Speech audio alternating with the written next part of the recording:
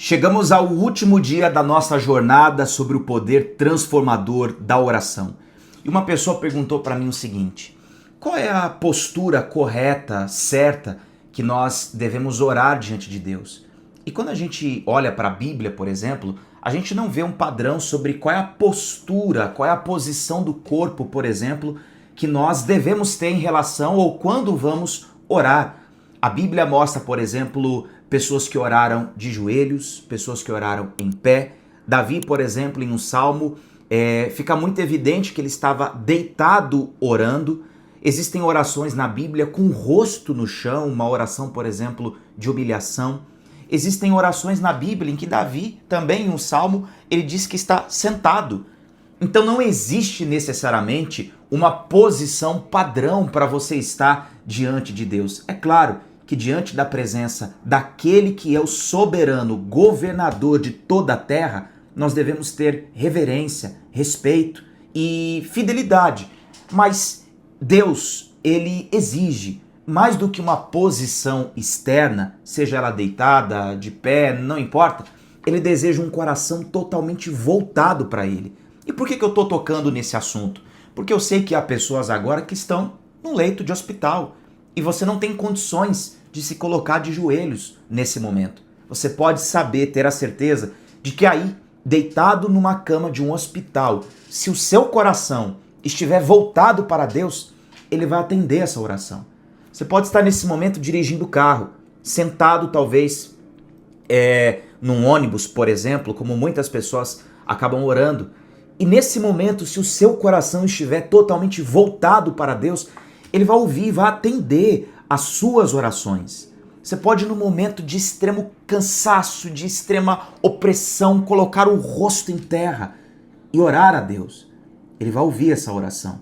Então, quando nós olhamos para a Bíblia, por exemplo, a Bíblia não aponta uma única forma, um único jeito, uma única expressão de orarmos. Mas a Bíblia aponta que, seja com as mãos erguidas, com a mão no coração, seja com o rosto no chão, de joelhos, ou deitado em uma cama, acamado dentro de um hospital, nosso coração deve estar voltado para Deus com toda a nossa sinceridade, humilhação e devoção.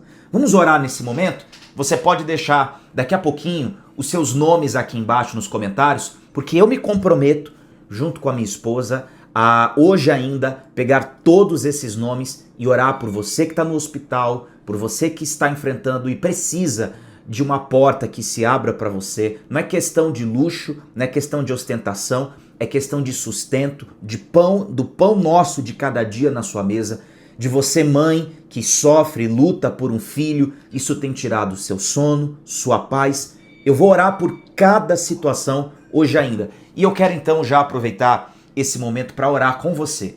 E depois que nós terminarmos essa oração, eu vou falar para você sobre um propósito e uma nova jornada que nós vamos iniciar a partir de amanhã, que vai ser muito ainda mais profunda, mais forte, que vai abençoar você.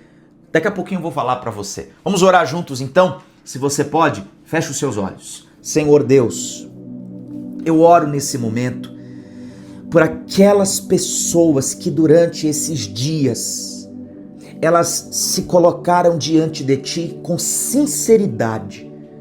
Elas colocaram o rosto no chão, os joelhos, elas ergueram as mãos, elas estiveram em cima de uma cama ou sentadas no seu escritório. Ela parou um momento que ela estava trabalhando, ela parou e mesmo sentada ela orava. Não importa a maneira como ela fez isso, mas ela voltou o coração para o Senhor de forma sincera. Eu oro para que nenhuma dessas orações sejam em vão. O Senhor possa ouvir e possa do céu trazer uma resposta. Traga alívio para essa pessoa que tem sofrido com tantas dores, tantos remédios, tantas situações que têm tirado sua paz, seu sono, suas forças. Ela tem se sentido cada vez mais esgotada, Senhor. Eu oro por essa pessoa que precisa nos próximos dias pagar uma conta, pagar alguém, acertar certas circunstâncias ela não tem recursos nesse momento e ela está desesperada porque ela é uma pessoa de palavra, Senhor. E ela nunca enfrentou uma situação como essa. Mas eu peço ao Senhor que dê a provisão. O Senhor é um Deus de provisão, que coloca o pão de cada dia em nossas mesas. Eu oro ao Senhor para que sustente, para que abra um caminho, para que dê clareza, discernimento. Eu sei que tem pessoas que precisam tomar uma decisão. Ela não sabe se casa, ela não sabe se segue por esse caminho, se ela aceita, se ela rejeita. Ela está diante de uma proposta, Senhor, e ela está confusa, com medo. Mas nós oramos e colocamos isso diante de Ti e te pedimos, responda às nossas orações. Socorra aqueles que estão com o coração atribulados. Entre nos hospitais, Senhor. Entre dentro de lugares que são de um acesso totalmente privado. Entre nesses locais e restaure, ressuscite. Coloque, Senhor, os órgãos, o corpo novamente para funcionar com saúde, de forma perfeita. Eu oro ao Senhor para que restaure os lares, livre da confusão, livre, Senhor, da divisão que há.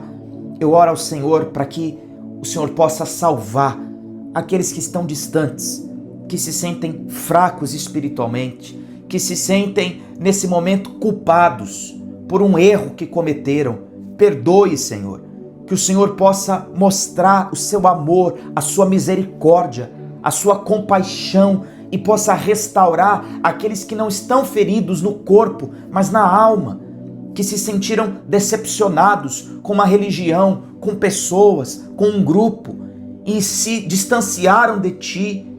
Eu oro ao Senhor para que o Senhor possa buscar, achar, encontrar, porque eu sei que é o Senhor que nos ama primeiro, é o Senhor que dá o primeiro passo vindo até nós, e que essa pessoa possa ser impactada pela sua misericórdia e ela possa se render a Ti nesse momento.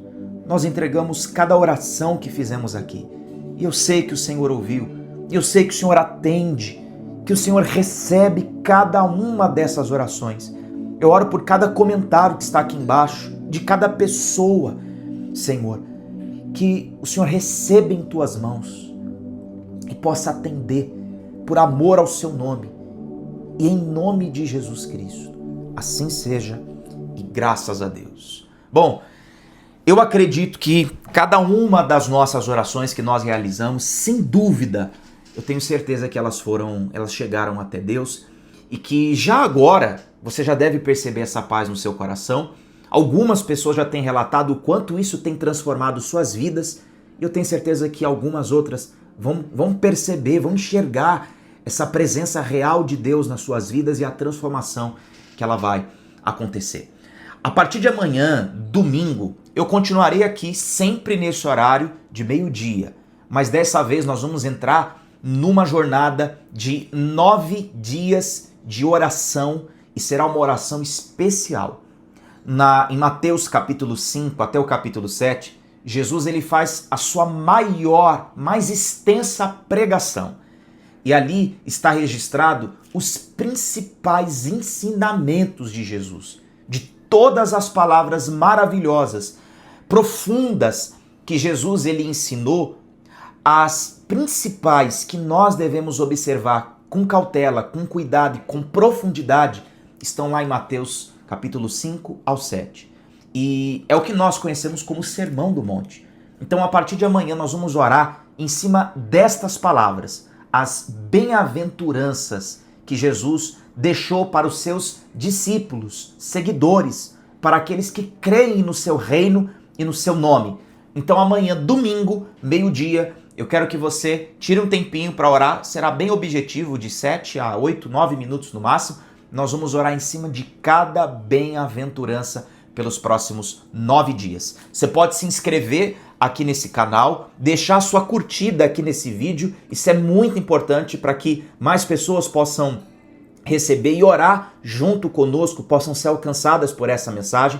E você pode pegar esse link e mandar para alguém que está no hospital, para alguém que você conhece que está passando por algum tipo de problema e precisa de uma palavra, precisa de Jesus e precisa de uma oração. Você pode enviar para ela. Se você ainda não deixou, deixa aqui abaixo os seus comentários. Hoje ainda à noite, junto com a minha esposa, eu me comprometo a orar por você. Nós voltaremos então amanhã. Hoje encerramos essa jornada, mas amanhã começamos uma mais ainda intensa e profunda sobre a oração das bem-aventuranças. Eu quero que você esteja conectado conosco. E o pastor Guilherme estará também às 18 horas hoje, e amanhã estaremos com ele no devocional sobre o Evangelho de Lucas. Um ótimo fim de semana para você. Nos vemos então amanhã.